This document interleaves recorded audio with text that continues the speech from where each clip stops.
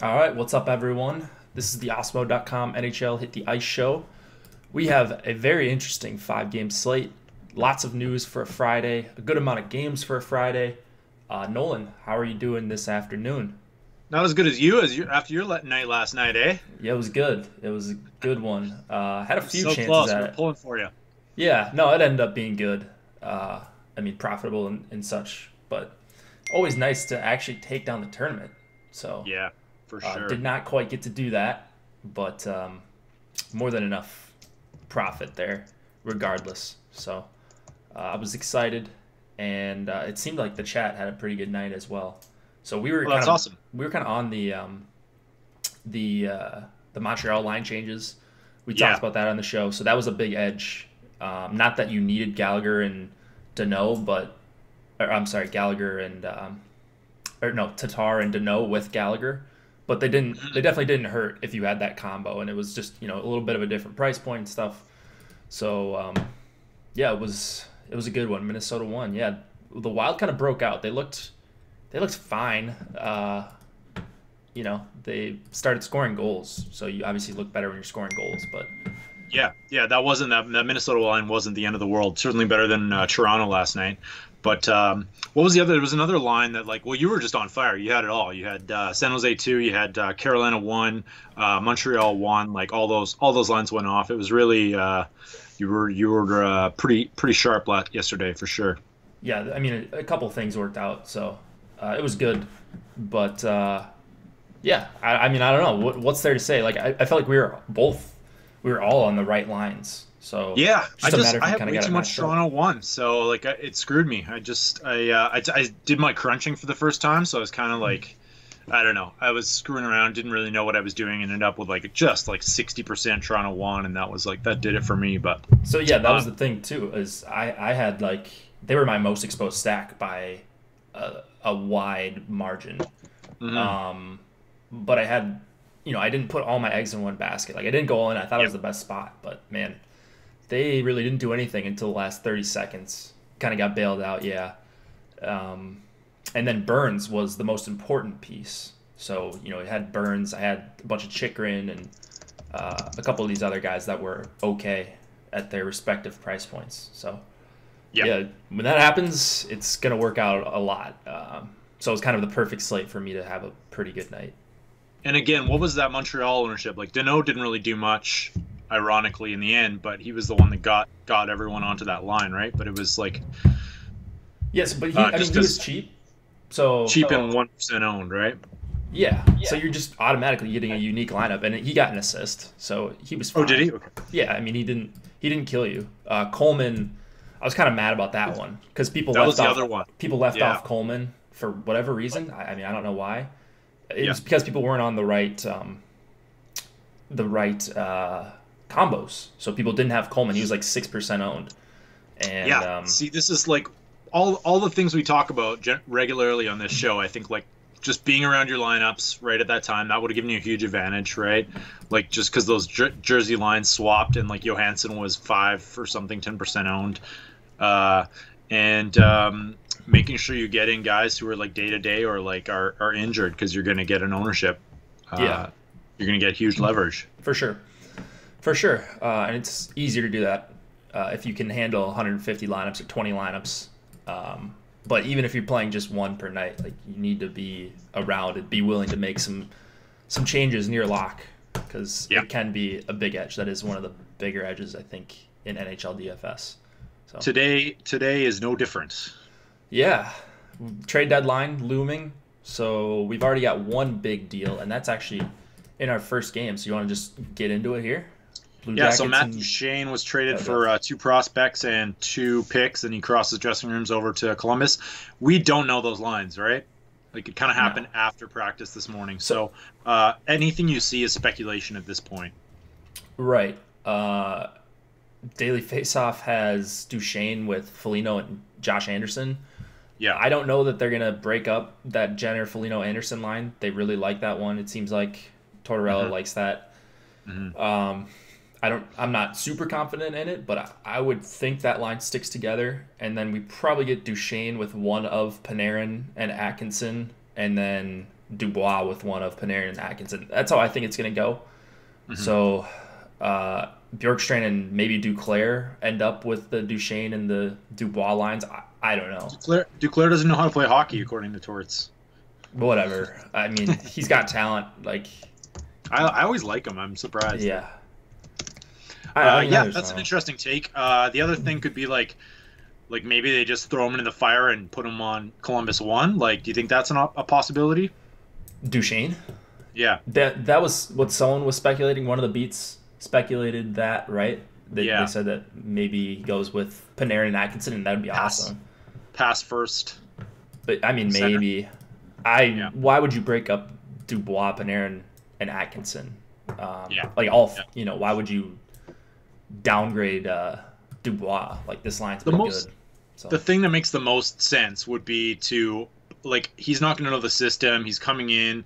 The thing that might end up just happening is that he takes just the third line center spot and nothing changes in the top two. Like, that's a possibility as well, right? Like, you're not going to throw him into the fire and give him 20 minutes a game. Mm-hmm. Likely. Sure. Like, if he was with Bjorkstrand and Duclair, like, I would definitely play that line too. Both those guys super cheap. Yeah, exactly. And you get, like, Wenberg's super cheap too, but he doesn't do anything. So. Yeah, Wenberg sucks. It's going to be interesting to see how this shakes down because, like, Columbus 1 is going to be the most owned line of the night, right? They're probably going to hit, you think so, 25 to 30%? I thought so last night when I was looking at this, but now, like, constructing lineups and going through Cruncher and using Cruncher's projections and my projections, I think we might see a pretty even split between Columbus 1, if it stays somewhat intact, Columbus 1, Chicago 1, and Calgary 1. So I think it's going to be pretty close, give or take 5% or so for each. And Columbus 1 certainly could be the highest owned line of the night. But yeah. It depends on what happens with Duchesne here, because he just is another curveball. Like, if he's Panarin or Atkinson, that is definitely gonna they're gonna cannibalize ownership off of each other, even in that 30 minutes to react. You think so? Because I think, like, that you could get an edge though, because people that there's always people that just aren't around their lineups at that time, right? So if something happens that we don't expect, and Duchesne is, say, moved to the top line with Dubois, then you probably, like, especially because you can't swap them because Duchesne is more expensive, you're probably going to be able to get a pretty unique CBJ1 combo. For sure. Yeah. And I think it's worth doing that if that ends up happening. Oh, yeah, I would definitely do it. I'm just going to play what the even strength lines are in rushes, if we get rushes. That's also We've had problems with the Blue Jackets before, haven't we? Yeah, we've had one big one, and we got completely wrecked by them. Yes, they gave us the wrong lines or something. Oh God, what a nightmare. Well, all the beats tweeted out the lines right at 7 Eastern. Yeah. So I mean, it could happen again tonight. Maybe Tortorella wants to keep it a secret. He's weird like that. Yeah. So it's kind of hard to talk about Columbus. Like, you really like the spot for them. You love the collection of players they have compared to what Ottawa has or really doesn't have anymore. No Mark Stone, no Zingle. Again, is that correct? Neither of those guys are able to play. We're just assuming that, like, if they were held out last night, they're going to be held out again tonight. Sure. I don't see any reason why they wouldn't be. So and then and then, like, I think they've called up Drake Batherson and who's the other guy they called up? Chalapik? Brown. Lapik? I can't remember.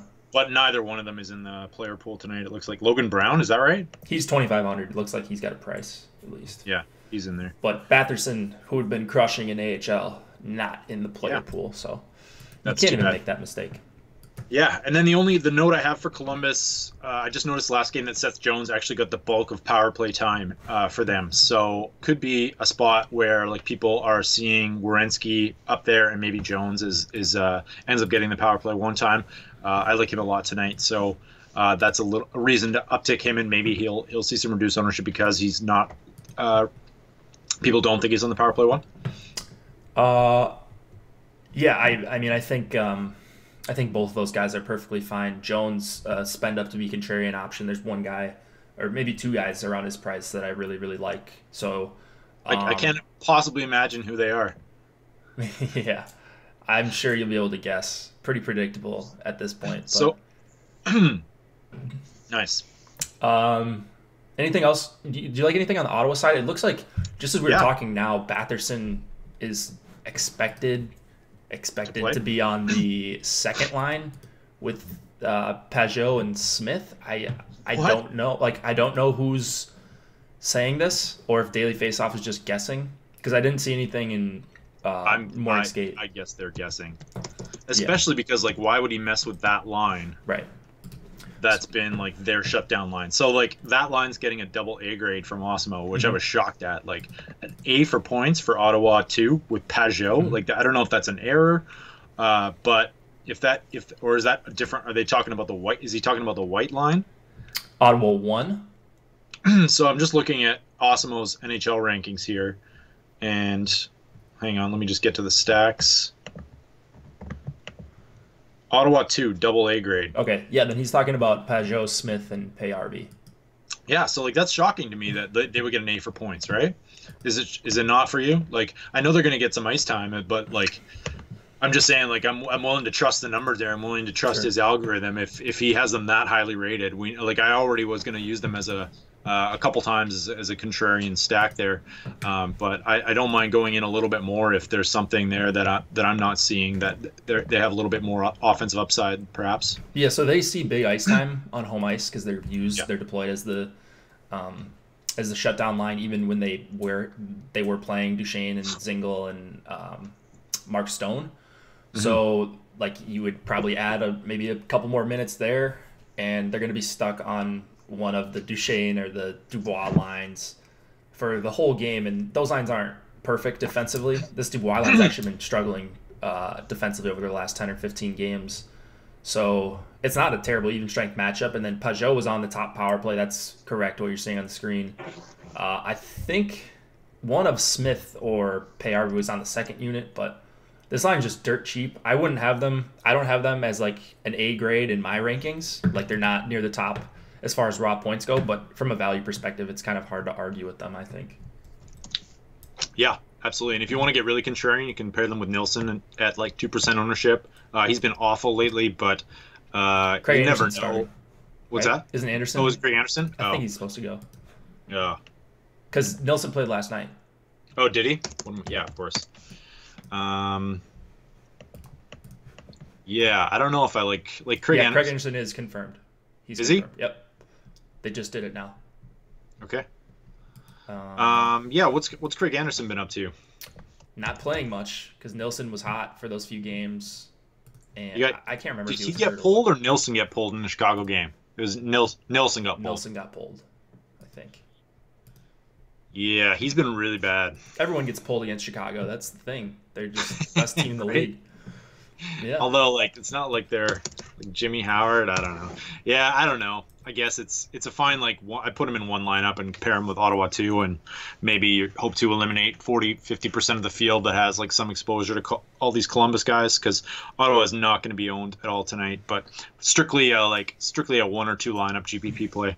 Yeah, it's just tough now with Duchesne for the Blue Jackets, too. They're just deeper, and you have this one shutdown line, but they can only be on the ice for so long. You just got a really, really bad defensive team without their 3 best players, arguably. Yeah. 3 best forwards, maybe even. So it's tough to even consider playing Anderson for me. I'm not getting to much of him, even when I'm correlating.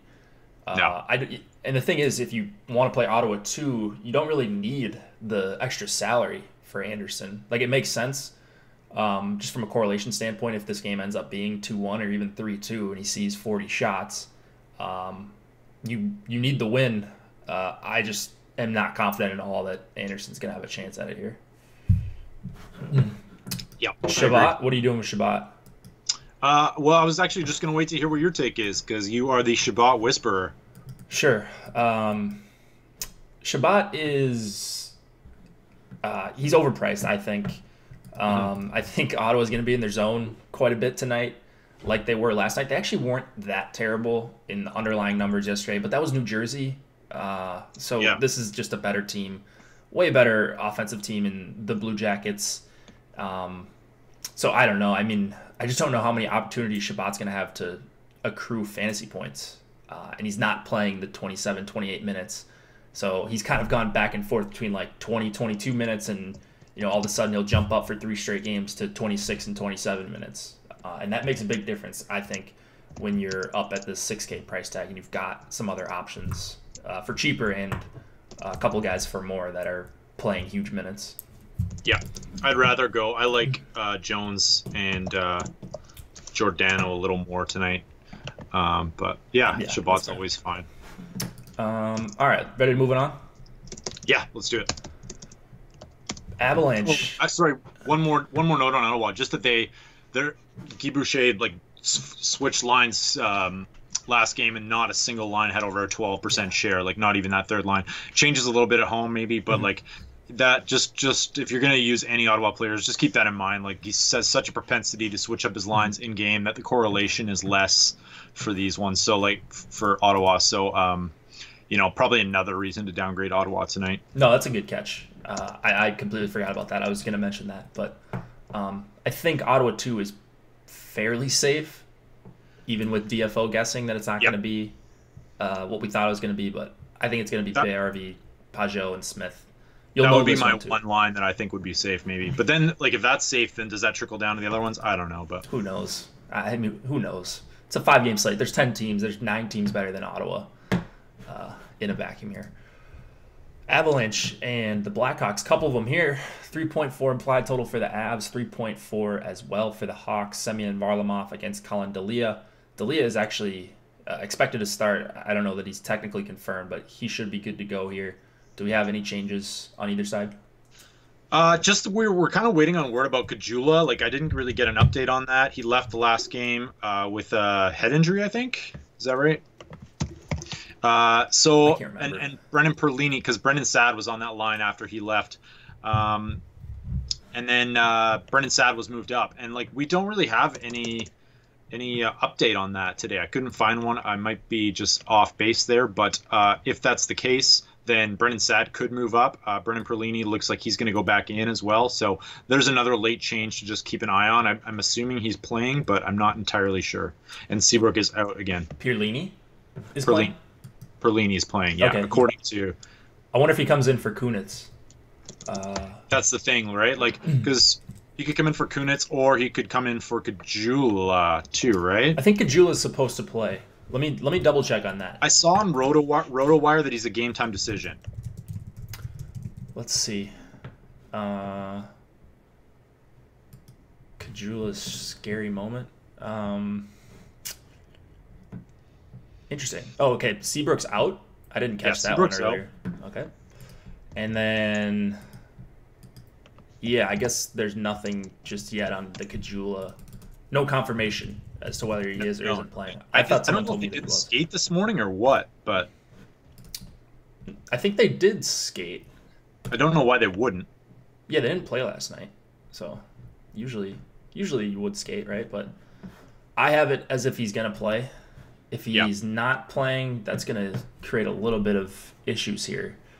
I don't even know who you'd swap down to, but I'm just going to assume he's playing.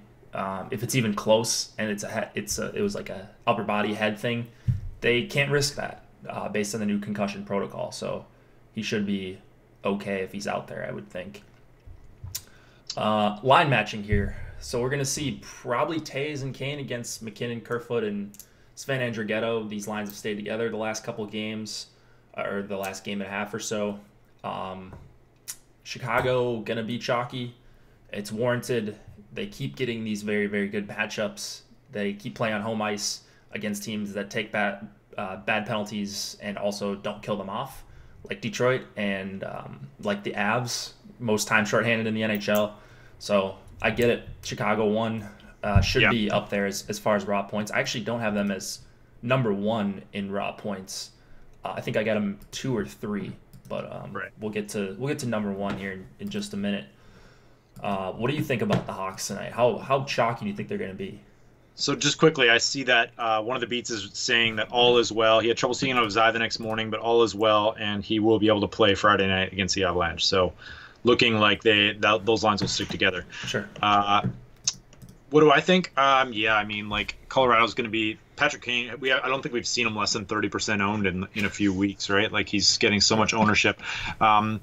So yeah, like we've just kind of beat the dead horse about Chicago and their like upcoming regression that never happens, and so maybe this is the night, maybe not.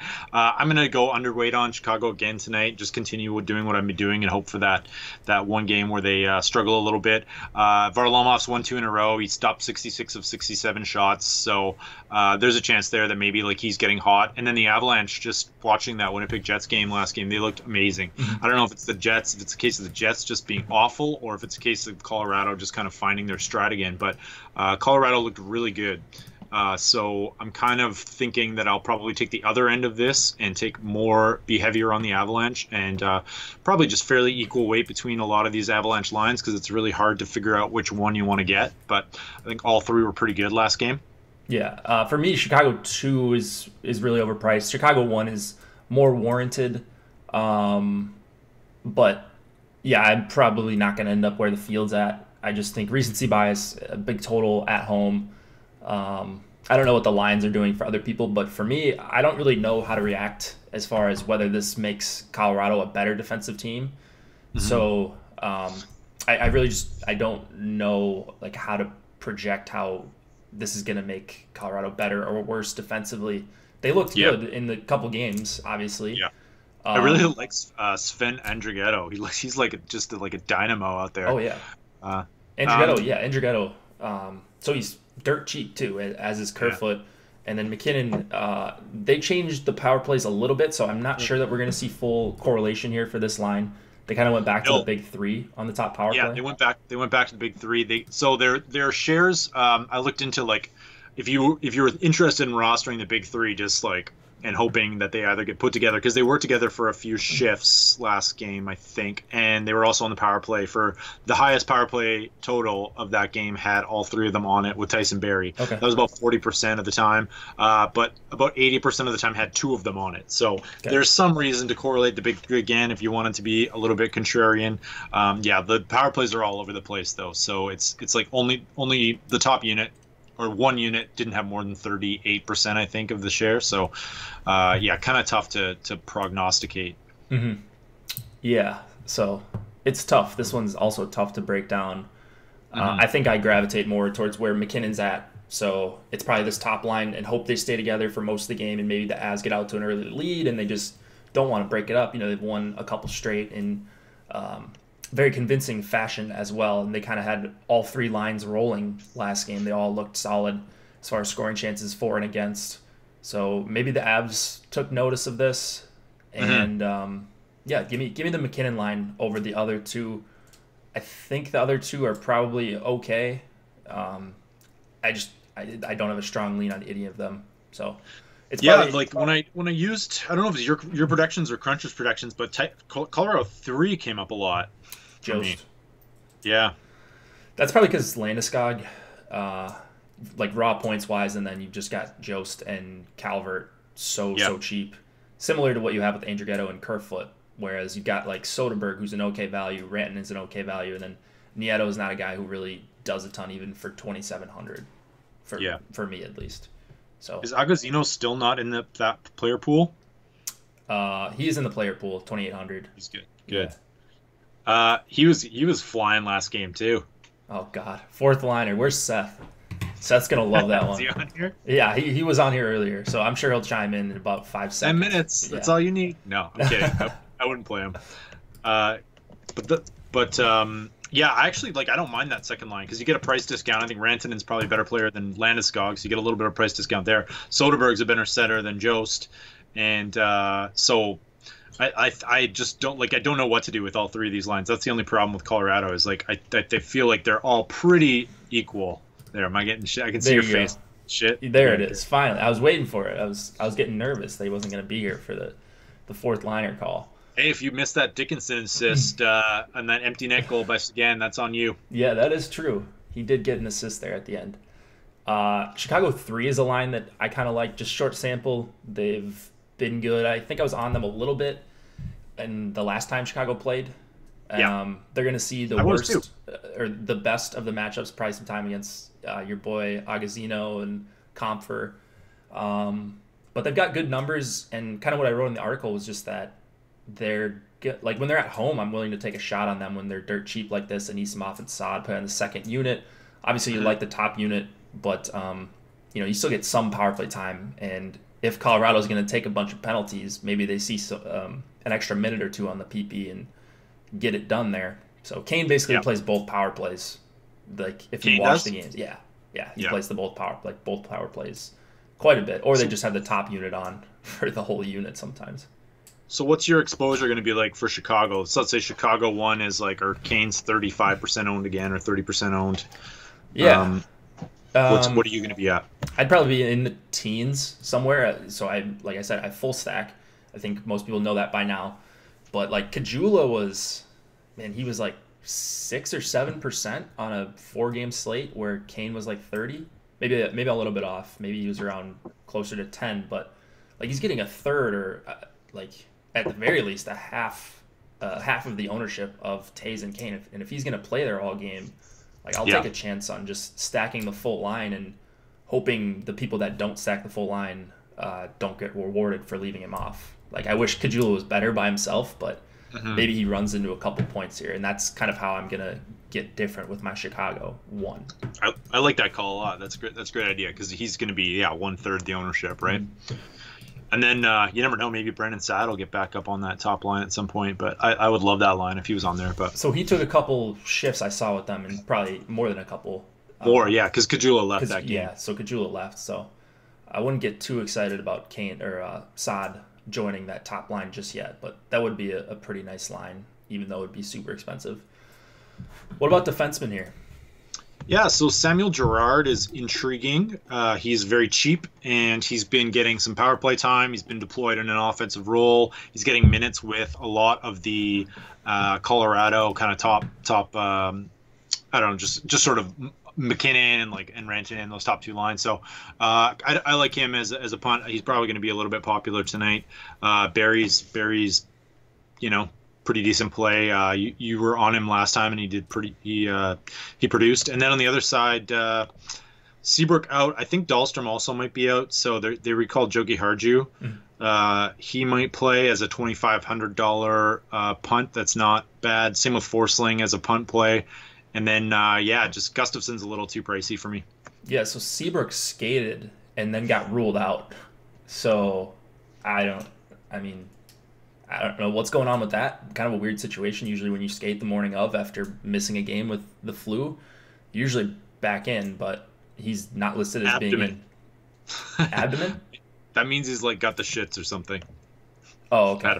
Oh, so that's just, okay, that's code. All right, maybe he had a flare-up of the flu. It wasn't quite done. Tyson Barrie's my favorite guy here. That's going to shock no one. I like your Girard call. He's just priced down, and like I mentioned the last couple times, he's shooting a little bit more, getting the second power play time. He's probably going to see some time with McKinnon's line mates at the very least on the power play, Andrighetto and Kerfoot. So I kind of like that call. And then just as a one-off, not as a guy you want to correlate with really, is Eric Johnson at 4,300. More of a block shots, maybe a few shots on goal, kind of more of a floor play, but he's going to be much less owned than a guy like Tyson Barrie if you can't get up to him. Yeah, absolutely. And like now that I think about it, like with Seabrook out and Dahlstrom out, if Forsling and Jogi Harju are pairing together, Keith and Gustafson could get a lot of ice time tonight. Yeah, those are probably the two I'm targeting the heaviest. I don't get to a lot of Gustafson without kind of forcing him in, but it is that good of a spot where I don't have a problem forcing in some Gustafson, especially with Taves and Kane stacks. So with Keith, I think you're better off correlating Keith because his his point totals come from assists basically, right? He has 24 assists in 61 games. So if you're gonna play Duncan Keith, I would suggest playing him with some other Blackhawks. Sure. And then whereas Gustafson, at least he's got a shot at a goal. You can pair him with the power play one, but he's definitely a better one-off play with his ability to score. Yeah, that's why I like Gustafson. I like guys that just have upside on their own, especially defensemen. So I don't like them to be all tied to assists, because then if you one-off them, and it's a guy like I can't even think of a good example. If it's a guy like, Werenski's not even a good. Pass first, you mean? Yeah, more of they go off and you get the defender right, but it's like, okay, well, he was mostly skating with one line, or it was the power play, and There were two guys that got all the goals and assists there. Krug? Yeah, like Krug, exactly, with Boston 1. It's like, I'd like to avoid playing Krug without Boston 1 if I can. Yeah. And the antithesis play of that is Brent Burns. Oh, yeah. I mean, it worked last night, but yeah. Burns can literally have 10 DK points with the Sharks scoring 2 goals. If if he gets 2 assists and he has 8 shots on goal and 6 blocks, like, he's capable of that kind of thing. So he's always in play. Brent Burns, just the GOAT. Ready to move it on? Sorry, just missed what you said. So you're on Gustafsson tonight? Yeah, I'm gonna force some of him in. Like, just point per dollar value. Like, I've got guys that are lower than him, like Tyson Barrie projected higher, but he should be. He's a good correlation play at the very least with Taves and Kane. So yeah, he goes under owned too. Like, I don't feel like people want to pay $6K for Gustafsson. So yeah, overpriced for sure, but he deserves a higher price than what he gets most nights on a hosting Colorado, because they just take so many stupid penalties.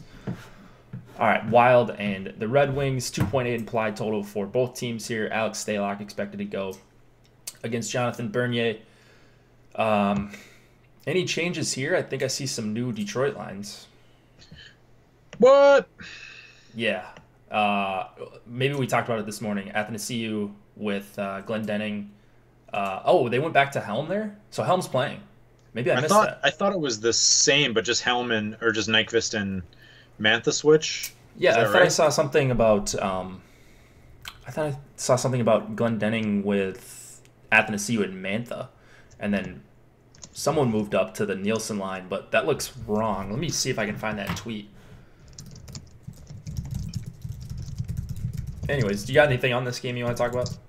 Yeah, so interesting. This is another kind of interesting one because, like, Detroit's going to be fresh in everyone's mind. Detroit 1 has been so good, and they I think they were the nuts line against Chicago last game, or they were if they're not, they were number 1. They were close. And the perception is that Minnesota's been really bad, but obviously Minnesota, we've talked about, has been really good defensively recently in shot suppression, chance suppression. So this might be an intriguing fade of Detroit. It's a pretty tough fade because their numbers are so good, but and especially with Minnesota on back-to-backs. But I might have to just go a little bit underweight on Detroit 1 tonight, and just sort of think that maybe that I don't know, Minnesota's the perception of the public is a little off. Okay, what's your call? I'm trying to look. It was Ansar Khan who tweeted this yesterday, one of the best Detroit beats. He tweeted Bertuzzi with Larkin and Nyquist, then Vanek, Nielsen and N, and then Athanasiou, Glendening, and Mantha. And I don't see anything from today, but he said, so he hasn't tweeted today besides making the deal. Detroit, their Twitter account has tweeted outlines with Bertuzzi, Larkin, Nyquist. No, I know. I saw that they went back to that in practice because Khan even said, I was talking about more the second and third line with Helm's uncertainty, even though he's likely for this game. Yeah. So maybe they keep him down there with Glendening. Maybe they were just switching it up yesterday without Helm at practice. I don't know. You never know with Detroit and Blash Hill. It's just the worst. Him and Tortorella up there. IMO, but I mean, you like Larkin and Nyquist back together. That Mantha line with Larkin, they looked like they were on the power play the entire time they were on the ice against Chicago. And I know it's Chicago, but my God, they looked so good. 22 high danger chances for so far, that line, but that was with Mantha, right? So yeah, and I mean, this line's also awesome. Larkin's just awesome, so you can play him whenever you want. I'm never really gonna have an issue with it. I would have been a little bit interested in Athanasiou, Glendening, and Mantha if that was gonna be a thing, getting the Chicago depth or the Minnesota depth, but it looks like that may not be the case. So this one's probably gonna be mostly a fade, and then if I'm going to a Minnesota line, it's probably the Granlund, Parise, Aberg line. What about you? Yes, I think that Minnesota 1 line hasn't been very good together in terms of chance generation. I was just looking on our spreadsheet. They're like near the bottom in terms of creating high danger chances. Third worst or something. Yeah, so I don't know what it is, whether it's Greenway or what, that just kind of brings them down, but they haven't been great lately.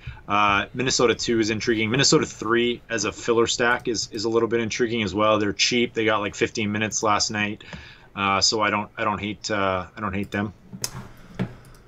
I like Donato quite a bit. He looked really, really good in his last game. Yeah. Conan's been coming on, and then Eriksson is super cheap. I don't know why Ottawa doesn't have a grade for Eriksson.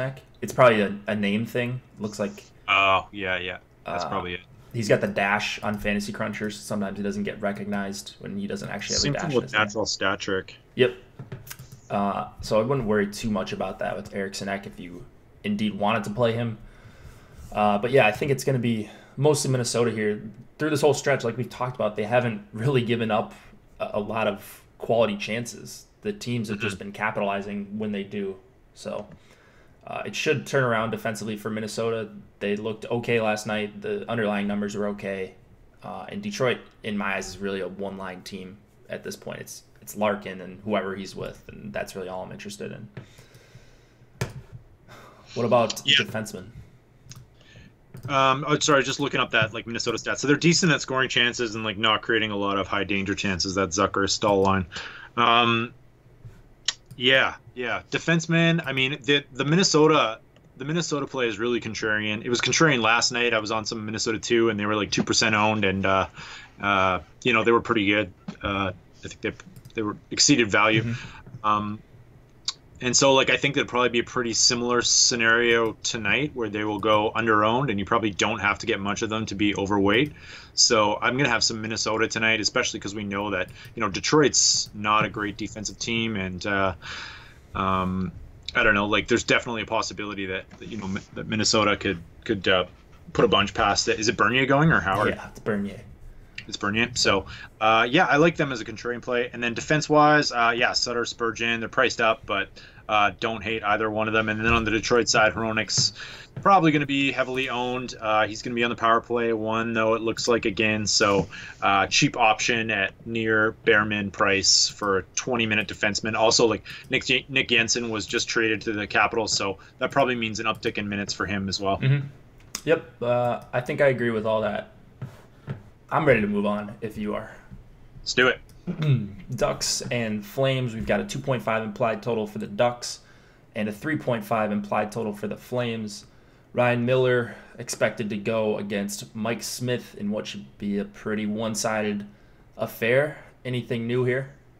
I'm just worried. Like, I wanted to hear. I think we got same lines, except I saw that Rasmus Andersson on Daily Faceoffs was up with Giordano, so I don't know if that's, and Brody was on the third pairing. I don't know if that's Daily Faceoff guessing or what, but normally when they change something like that, it's usually they found something. I couldn't find a confirmation, so but Rasmus Andersson is an interesting bare min value play if he is with Giordano, because that usually means he gets 20 plus minutes and he's on the power play too. Anaheim, I think everything is the same. Yeah, so. I was looking at that. I didn't see any changes on Anaheim from their last couple. Anyone that plays with Gio, I think, is in play, especially at 2,800. So Gio's going to be my highest exposed guy. By far, grades out as the best defenseman for me. Ducks give up a ton of high danger chances against per 60, bunch of scoring chances, Corsi against per 60, like all of the stuff. They're just a DFS gold mine. They kind of have been all season outside of a little stretch where they were good, where they kind of got healthy. But yeah, it's Backlund's going to go up against Getzlaf, Raquel, and Perry. And then after that, like, there's just nothing happening for the Ducks. So you get to go up against Monahan, Gaudreau, and Kachuk. Like, good luck to this Ducks second and third line. So I'm just all over Calgary 1. Pretty good chance they end up as my number one exposed stack on the night. They're just way, way, way too cheap. 18-7 on DK. Yeah, they're really cheap, and they haven't, just partly because they haven't been producing lately. But are you at all worried that the Ducks are perhaps a little bit improving under like Bob Murray, and maybe like the coaching change has sparked their play? Because I was looking at their stats since the coaching change, and they've usually been the worst team in the NHL defensively, or one of them, and since then they've been about middle of the pack. So it's not enough to get me off Calgary tonight, but something to consider. Miller was great last game. It's possible that I could see a scenario where Anaheim starts to improve from the extremes we've seen earlier in the season. No, I mean that makes sense. I still think Calgary is a really tough team, especially this top line. The Ducks also take a bunch of penalties. That hasn't really changed this month. And then, you get full power play correlation in Giordano. They still allow a ton of shots. Maybe they're a little bit improved, but if you're improved from worst or second worst in the NHL, like they're still a bottom third defensive team in the NHL at very least. So, just very little talent on that roster, except like I'm always kind of surprised that they're that bad with with Fowler, Lindholm, and Montour back there. That's just pretty solid top three defensemen to bring out every game, but it just doesn't seem to translate. Then you got Del Zotto anchoring down everything. That's true. That's true. As a Canucks fan, I can commiserate with Ducks fans on that one. Man. Yeah. Ducks are improved, no doubt. I mean, they could be. Ducks could win. I mean, I don't know. They beat a broken Minnesota team. It was a 1-0 game, and the Wild were pressing, and then they got three, kind of garbage goals right at the end. A couple of them were, at least. So I wouldn't think this is a new Ducks team. I hope people do think that, and I hope Calgary 1 is not owned at all. Lower owned than Chicago 1 and Columbus 1. I think there's a pretty decent chance that happens. For sure. There will be the third highest owned line tonight. Right? All right. I'll have all the Calgary 1 then. I'm banking on it for sure. Columbus 1, then Chicago 1, then Calgary 1. Rasmus went back up with Gio last game. Okay, cool. Did he? Okay. I'm new to NHL DFS. Do you punt positions because even a high salary guy can get 0? I think I'm okay punting defensemen, or I stack. So, but you don't punt defensemen like regular, like you pay up for defensemen. I mean, I want to get at least one stud defenseman in all my lineups if I could, like if I was hand building. But I'm okay punting with a Hronek or Jokiharju or someone like that. It just depends on the slate, right? Like sometimes we get like guys who are in really good positions at cheap prices, and sometimes not. But generally speaking, I feel like the pros pay up at D. I don't think Alex does. No. In general, like I don't think that's really part of his strategy, or at least I don't think he forces it in. Whereas some pros like Testosterone like actively try to do that, or they're projected that way. So all right, top defenseman pop.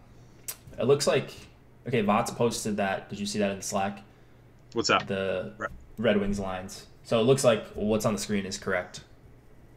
Nice. But obviously confirm if you're around your computer. Maybe you get a possible edge there if it's Athanasiou and Mantha. Let's move it on if you've got, unless you've got anything else. You like Calgary 2 or Anaheim 1 at all? Calgary 4? Oh, God. I can't tell if you're serious. Derek Ryan? No, I'm kidding. Yeah, you don't need to go that deep. No. Actually, Calgary 3, though, as a filler. They've been really good defensively. I don't know if they're, like... I guess that obviously doesn't matter for DFS, but if you need like a filler stack with an expensive line and you want to fit in a high price D, I don't mind them. I think I would if the slate was maybe smaller and you couldn't, I prefer Ottawa 2 in that range. But it makes sense. Or even like Chicago 3, they're a little bit more expensive with Saad being over $5K. But Minnesota 3, Ottawa 2, probably better. Even maybe Vegas. Yeah, Minnesota 3 too. Ottawa 4. Oops. What's Ottawa 4 now? I don't even know. It's probably 5. Or 5. It's probably 3 guys that aren't even in the player pool. Because the Falsers line is like 3 now or something, right? Yeah, Rudy. All right, any defenseman on either side not named Mark Giordano? Besides Anderson as well. No. Yeah, I mean Montour's minutes have Del gone Zotto. down. Did you say Del Zotto? Is it pun? No, don't. I don't want to play Del Zotto. I'd rather play Yoki at 2,500. Yeah. Or Anderson on the other side for 28. Force Lang, or just pay the $400 for Hronek. Sure. So that's really all I've got here. It's a Flames night for me, and I'm going on with the ship. Jets and Golden Knights, last game of the night, 2.7 implied total for the Jets, 3.4 for the Vegas Golden Knights. Connor Hellebuck and Marc-Andre Fleury expected to go here. Looks like we could get the return of Nikola Ehlers. What do you Steelers, see here? yeah. So there's another interesting late swap option. Winnipeg's not going to be owned tonight, I don't think. I'm guessing like sub 10%. So we will. I would assume that they would put Ehlers on in the Roslovic spot, but I'm not entirely sure on that because he was on Winnipeg 1 last time out before he got injured. But I would imagine they're not going to just give him that many minutes in his first game back. I don't think those lines are official, though. No, those lines are not official. In fact, Paul Maurice, the head coach for Winnipeg, said he said something along the lines of, "You'll find out in warm-ups who's skating with who."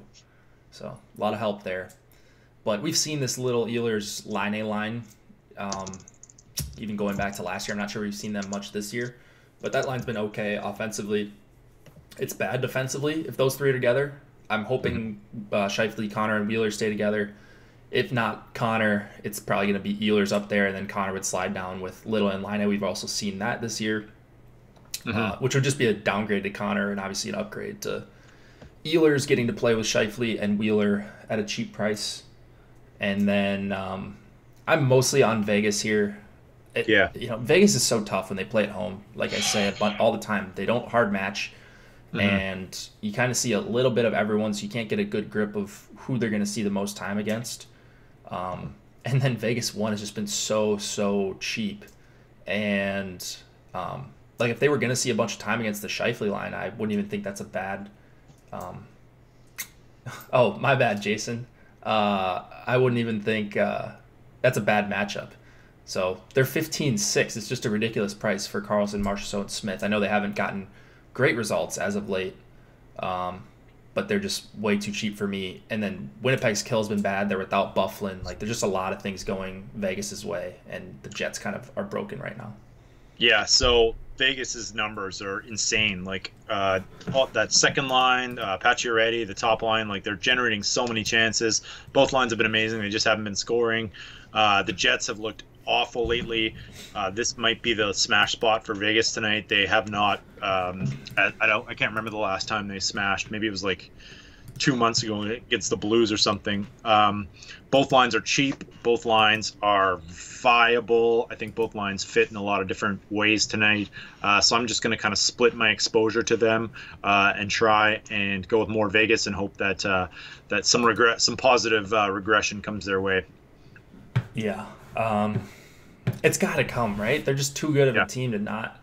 It's ridiculous. If you go and look at like the top just individuals generating chances in the NHL in the last 10 games, it's like all Vegas Knights. Yeah.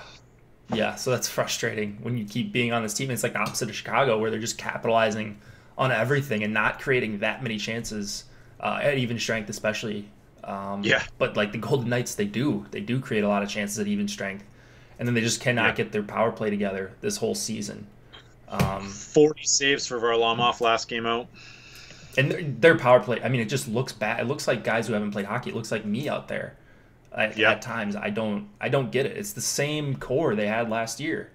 In fact, they've got an upgrade in Pacioretty over what they had last year in Neal. So it's just weird. I don't know why all of a sudden they suck on the power play. I don't know. I haven't actually watched many Vegas games this year, but it is surprising because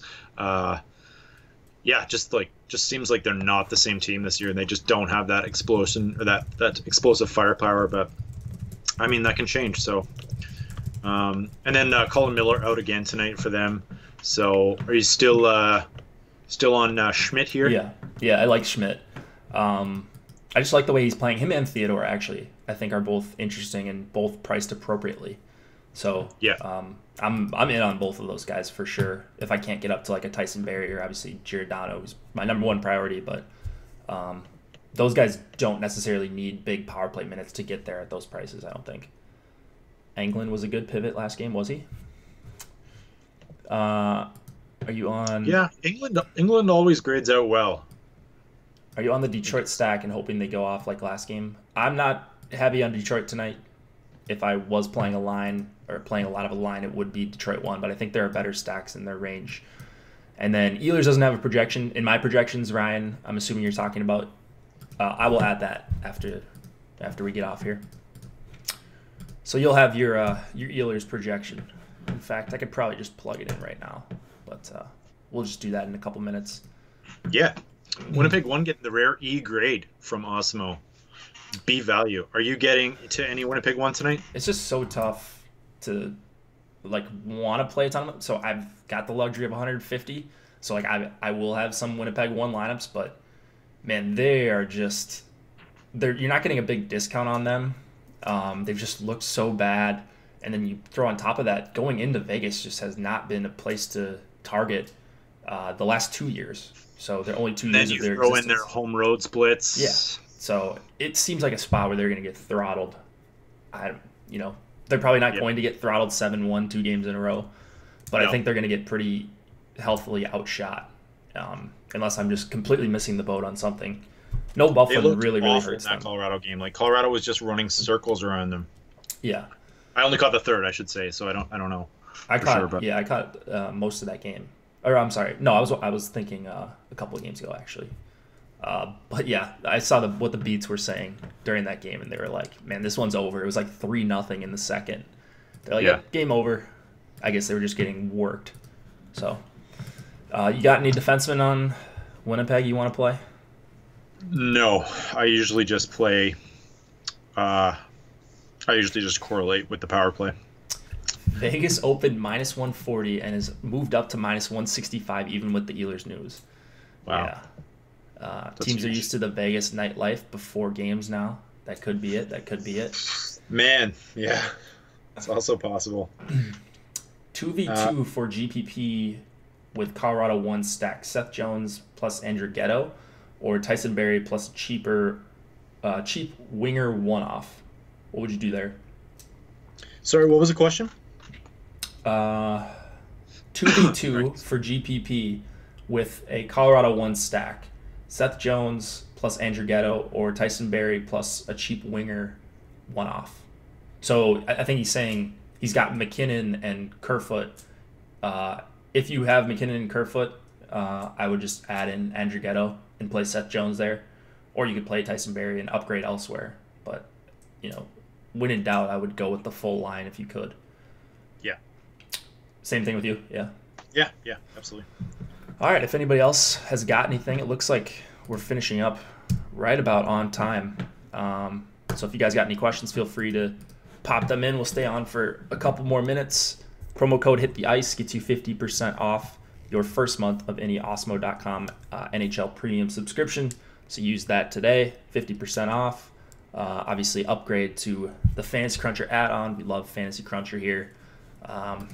It's made me a lot of money this last year or so, and hopefully you can do the same for you. We have a Fantasy Cruncher video also that Nolan and I did, and we're going to have another one coming up at some point, hopefully before the season gets done with just talking about NHL as Nolan gets more into Cruncher and maybe has some questions that... Cruncher expert now, so I can answer all your questions. Yeah, and I'm sure you could teach me some stuff. I feel like I learn something in Cruncher every week. So is that right? Yeah, I'm sure there's... It seems like it's both simple and complicated, right? Yeah, it's the best once you kind of get your feet wet. Yeah, absolutely. It's fun to crunch, too. It's really fun to just sit there and be like, all right, I put in all my stuff. Let's see what I get. Yeah. And like last night, it pumped out tons of Dallas 1 for me. I was using your projections and the Fantasy Cruncher projections. A lot of Dallas 1, a lot of Dallas 2, some Edmonton 2, which did well. And there were a couple other lines that I just wasn't on at all. And those lines ended up doing pretty well. So maybe Fantasy Cruncher's got is in the know. Yeah. Or maybe it's just your projections you were using are just so good. So you get my projections with promo code HitTheIce, as well as Osmo's rankings. If you don't know how to do that, just hit up Jake or I. I figured out how to do it as well. If you want to just like upload your projections into the Fantasy Cruncher, right? Sure, we could do that. I could show it right now. So I've got. Damn, the Caps signed Nick Jensen to a 4-year, $10 million deal. Really? Minutes after acquiring him. Yeah. All right. So you go here. Jake Hari's NHL projections, you get to this page, and then what you do is, if you just wanted the 2 columns, you could go like this, delete the columns besides the points, the player and the points. You could press copy, and then you would go to Fantasy Cruncher, you would go to FC NHL for DraftKings. Use the DraftKings ones there. Obviously, you do different for FanDuel, and then you would just go to upload data, Control V, and look what you got there. All the projections, they get uploaded nice and quick for you. And there you have it. Now you can start building your stacks and all that stuff. So let me ask you two quick questions here on it. So if you want to manually every time you click an up button, it gives them a 10% boost. Is that right? 8% up and down. So here, Smith would be 8%. So let's say you're like 24. Your projections are high on Brent Burns, like they were last night, but you're not getting a lot of them when you crunch. Would you manually go through and just would you go through and triple click, or would you manually just the projection, or would you just build like 20 lineups and lock in Burns, and then 20 other lineups and not lock him in, and like get to that point? Like, how do you deal with that? I mean, 8% is a lot in hockey when all the projections are so close to each other. But you could certainly do that. You could certainly just give him a thumbs up, and you'll get more of him than you would in your last crunch. Obviously, they'd make it a better value. What the optimizer is trying to do is force as much value into your lineups as possible based on the inputs you give it. So that's probably what I would do, and just trying to re-crunch and maybe look at your stacks. Maybe your player pool is too small and you're using expensive stacks where the optimizers, like, you're not giving it enough room to allow Brent Burns in because you're using a lot of like for tonight it'd be like Columbus 1. Well, if you're playing a lot of Columbus 1, it's going to be hard to also fit in Brent Burns unless you're dipping down to Ottawa 3 or something like that. But wouldn't like your projections dictate how much Columbus 1 you got, or are you like manually adjusting your exposure? Well, you could do that. I mean, you could do that, yeah. Or you could limit everything by going to this, and let's say you want line 1, line 2 here. Forwards, you're going to add all. 3-man stack, you'll clone that. Say you include the third there. You can just go, like, let's say you really wanted to spread out. You can go 10% max on both sides. Probably for a slate this size, you wouldn't do that, but yeah, you can do it like that just to get a better spread, depending on how many lineups you're using. So that would give you it would give you probably some. If it's a 10% max, it would give you less. You would have less optimized lineups, though, right? You would have more variance but less optimization because you would be plugging in some lesser projected lines solely based off that, right? Say that again. So like if you're going 10% max, you're gonna get a lot of suboptimal lines in those, right? They might be under owned, but they're not going to be like. You're not going to have like a ton of Columbus 1 or a ton of Calgary 1 or a ton of everything. So that will then replace it with lines that you might not want as much of, right? Exactly. So, sweet. Tinker around, anyways. If you're signing up, just like it's fun to play with for sure. Yeah, try it out. Promo code Hit the Ice, and that will help us out. That will make us look good for the bosses if you use promo code Hit the Ice. So, please do that. Or line changes. Well, only if you're reading the line change article, of course. Don't want to skew the numbers here now, but no, it's use one of our promo codes if you do sign up. You obviously get a discount, 50% off, and there is so much more to Cruncher for NHL, Ryan. So we'll hopefully get a video on that pretty soon, and you guys can learn more if you're new to Cruncher, because once you have it, it's pretty tough to go away from it, in my opinion. So.